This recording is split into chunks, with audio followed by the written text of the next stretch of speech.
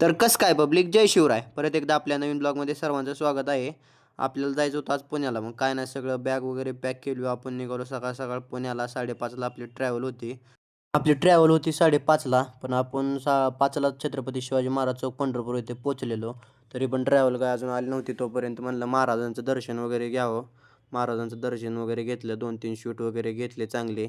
नंतर काकाला एक कॉल केला. काका म्हणले, "आलोच 5 मिनिटात, थांबा थोड्या वेळ." काय नाही, मग काका वगैरे आले.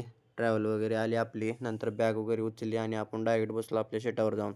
सीटावर वगैरे बसल्यानंतर बघावं म्हणलं सीट वगैरे कसं आहे, बस वगैरे कशी आहे आपली. नंतर सीट वगैरे कसं आपलं एक नंबर कम्फर्टेबल सीट होतं. काय प्रॉब्लेम आला नाही प्रवासाला. नंतर आपण 11 वाजता पोहोचलो पुण्यात.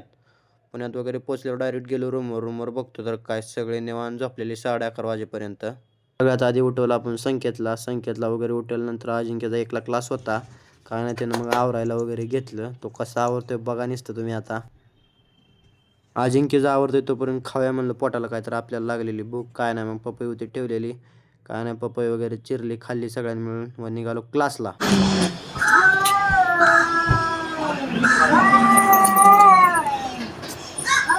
जाता जाता लागलेली मांजराची भांडणं भांडणं काही मिटलं नाही ते आपल्याला. जाऊ द्या म्हणलं, आपण पोचलो क्लासमध्ये. क्लासमध्ये पोचल्या पोचल्या आपण कसं 2 दिवसानंतर आलतो त्यामुळे सरनं आल्या आल्या आपल्याला उभा केला. आपण काय परमिशन वगैरे काढून गेलतो सगळ्याकडून. त्यामुळे कोणी काही केलं नाही आपल्याला. काय नाही, त्यानंतर क्लास वगैरे सुटला. क्लास सुटल्यावर कसं सरने सांगितलेलं की चेअर वगैरे अरेंज करून जावा. अथर्व माळवदी तेच काम करत होता आज. मग काय नाही, आपण निघालो डायरेक्ट रूमकडं.